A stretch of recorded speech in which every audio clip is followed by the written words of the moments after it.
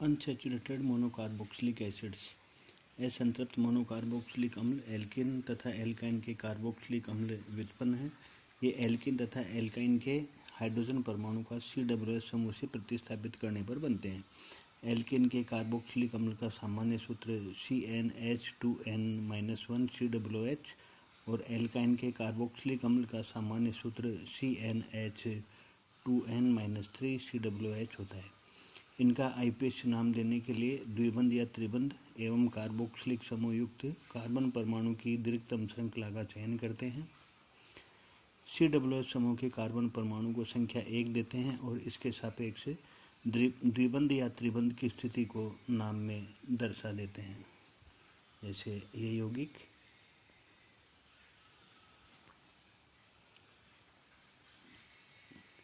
2-ब्यूटेनोइक अम्ल crotonic acid. ये COOH को 1 पोजीशन 1, 2, 3 ये है 3-पेंटेनोइक एसिड। ये 3-मेथिल 2-प्रोपेनोइक अम्ल।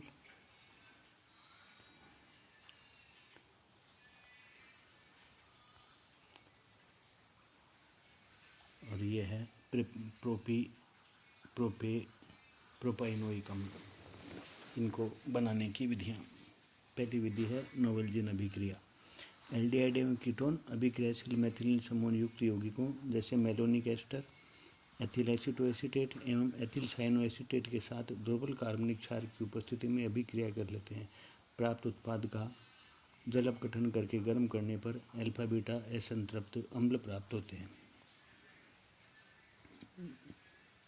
ये एल्डिहाइड, ये मेलोनिक एस्टर, एल्डिहाइड का O और ये मेलोनिक एस्टर का एक रिएक्टिव मिथाइल समूह H2O दोनों से जल निकलता है और ये उत्पाद बनता है। इसका बेसिक पहले KOH से फिर HCl से क्रिया करवाते हैं तो ये यौगिक बनता है और इसको गर्म करने पर अल्फा बीटा असंतृप्त अम्ल प्राप्त होता है। ये कीटोन, इस कीटोन की एथिल साइनोएसीटेट के साथ क्रिया करवाई, ये यौगिक बना। इसकी तनु HCl से इसका जल अपघटन करवाया, ये बना। इसको गर्म किया तो एक CO2 इससे निकल गई और ये अल्फा बीटा अनसैचुरेटेड एसिड मिला। दूसरी इनकी विधि है असंतृप्त एल्कोहल से। असंतृप्त अल्कोहल में द्विबंध को रक्षित करके उसका ऑक्सीकरण करने पर असंतृप्त अम्ल प्राप्त किए जा सकते हैं। जैसे ये है क्रोटोनिल एल्कोहल, इसका ब्रोमिनेशन करवाया तो डबल बॉन्ड की जगह डबल बॉन्ड के हाइड्रोजन की जगह ब्रोमीन अटैच हो गई। फिर इसकी सांद्र HNO3 से क्रिया करवाई तो एल्डिहाइड का जो एल्कोहलिक समूह था उस एल्कोहलिक समूह का एसिड समूह में ऑक्सीडेशन हो गया और जब इसको जिंक सून के साथ गर्म किया तो ये बिया निकल गई और इसमें असंतृप्त एसिड मिल गया। तीसरी विधि है असंतृप्त एल्डिहाइडों का मृदु ऑक्सीकारकों जैसे टोलन अभिकर्मक से ऑक्सीकरण करने पर असंतृप्त अम्ल प्राप्त होते हैं। ये एल्डिहाइड, असंतृप्त एल्डिहाइड, इसका अमोनिकल सिल्वर नाइट्रेट इंटोलेंस एजेंट से जब इसका ऑक्सीकरण करवाया तो एल्डिहाइड के ऑक्सीकरण से एसिड मिलता है। असंतृप्त मेथिल कीटोन का सोडियम हाइपोक्लोराइड से ऑक्सीकरण करने पर भी असंतृप्त अम्ल प्राप्त होते हैं। ये असंतृप्त मेथिल कीटोन, इसका सोडियम हाइपोक्लोराइड से ऑक्सीडेशन करवाया तो ये अनसैचुरेटेड एसिड मिला। बीटा हेलो एवं बीटा हाइड्रोक्सी अम्लों को गर्म करके भी असंतृप्त अम्ल प्राप्त किए जा सकते हैं। यह है बीटा क्लोरोप्रोपोनिक एसिड, इसको NaOH के साथ जब इसको गर्म किया तो बीटा हाइड्रोक्सी प्रोपियोनिक एसिड मिला। फिर इसको NaOH के साथ गर्म करने पर ये एक्रिलिक अम्ल मिलता है। साइनोहाइड्रिन को सांद्र H2SO4 के साथ गर्म करने पर भी असंतृप्त मोनोकार्बोक्सिलिक अम्ल प्राप्त होता है। असंतृप्त अम्लों की सामान्य अभिक्रियाएं। एस्टरीकरण, ये एल्कोहल से भी क्रिया करके एस्टर बनाते हैं।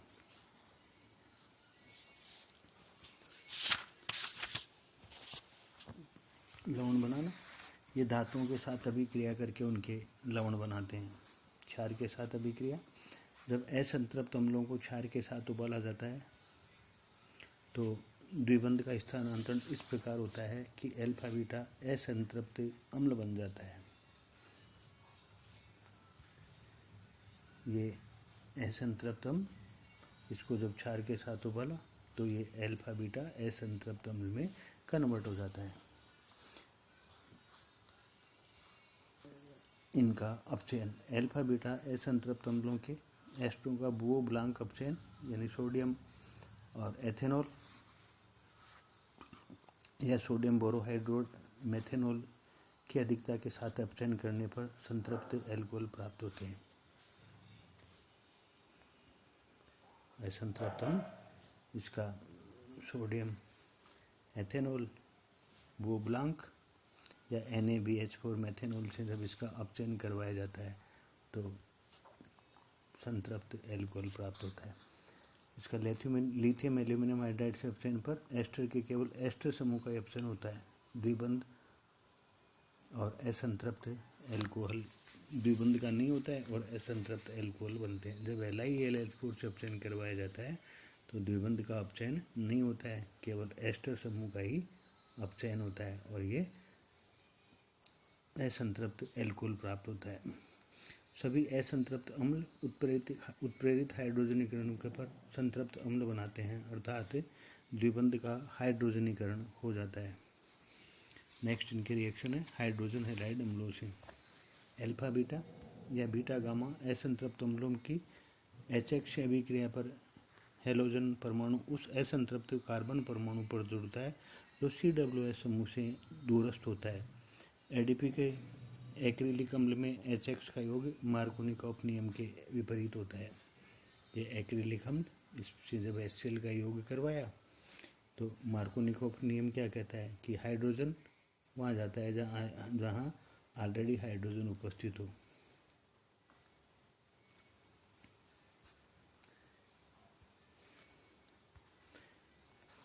गामा डेल्टा असंतृप्त अम्लों में HX का योग मार्कोनिकॉफ नियम के अनुसार होता है।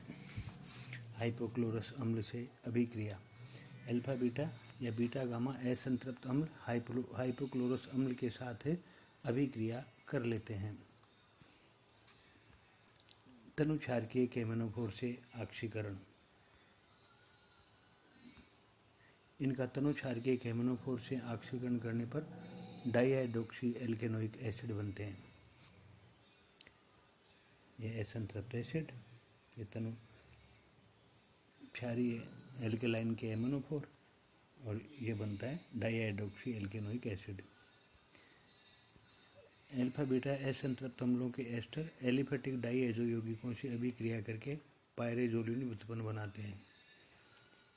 ये पायरेजोल रिंग।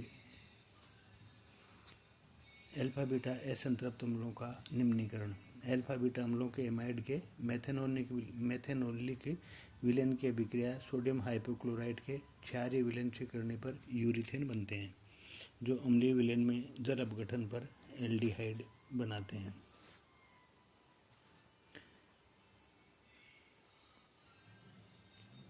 बीटा गामा एवं गामा डेल्टा असंतृप्त अम्लों के अम्ल एमाइड संगत प्राथमिक एमीन बनाते हैं।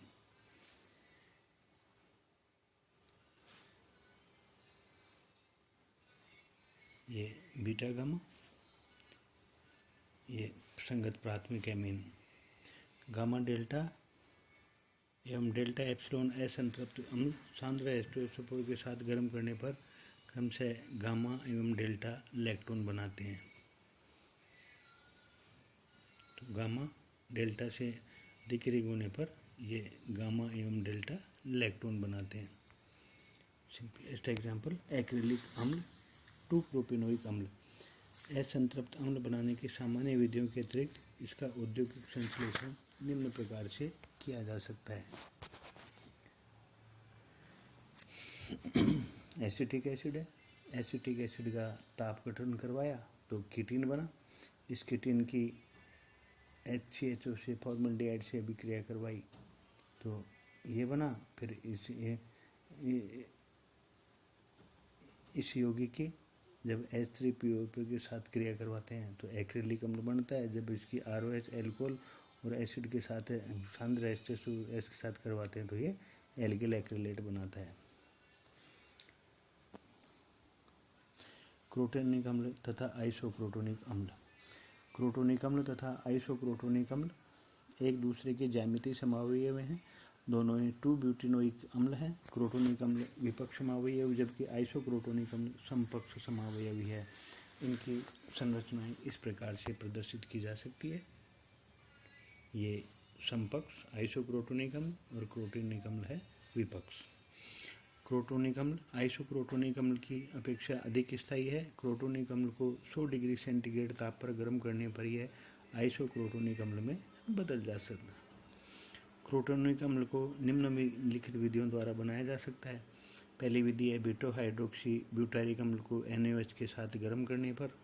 दूसरी विधि है मेलोनिक एस्टर की एसिटाल्डिहाइड के साथ अभिक्रिया, जिसे नोवल्जिन अभिक्रिया कहते हैं, उसके द्वारा भी क्रोटोनिक अम्ल को बनाया जा सकता है। और क्रोटोन एल्डिहाइड का अमोनिकल सिल्वर नाइट्रेट के द्वारा ऑक्सीकरण करने पर भी क्रोटोनिक अम्ल बनाया जा सकता है। आइसोक्रोटोनिक अम्ल एथिल एसीटोएसीटेट की फास्फोरस पेंटाक्लोराइड के साथ अभिक्रिया के से बीटा क्लोरो आइसोक्रोटोनिक एस्टर प्राप्त होता है। बीटा क्लोरो आइसोक्रोटोनिक एस्टर की सोडियम अमलगम के साथ अभिक्रिया से आइसोक्रोटोनिक अम्ल प्राप्त होता है। प्रोपियालिक अम्ल या प्रोपार्जलिक एसिड या 2-प्रोपाइनोइक अम्ल, यह सरलतम एसिटिलीनिक कार्बोक्सिलिक अम्ल है। इसे सोडियम एसिटिलाइड पर शुष्क CO2 की अभिक्रिया से बनाया जा सकता है। ये सोडियम एसिटिलाइड, इसकी CO2 से क्रिया करवाई, ये बना। इसका तनु H2SO4 के साथ जब रिएक्शन करवाई तो ये 2-प्रोपाइनोइक अम्ल बना। इसकी अभिक्रियाएं सोडियम अम्लगम से अपचयन पर यह प्रोपेनोइक अम्ल देता है। ये प्रोपाइनोइक अम्ल सोडियम अम्लगम से इसका अपचयन करवाया, ट्रिपल बॉन्ड का अपचयन हो गया तो ये प्रोपोनोइक अम्ल मिला। हेलोजन अम्लों के साथ अभिक्रिया करके बीटा हेलोजन एक्रिलिक एसिड देता है, यानी ट्रिपल बॉन्ड डबल बॉन्ड में कन्वर्ट हो जाता है।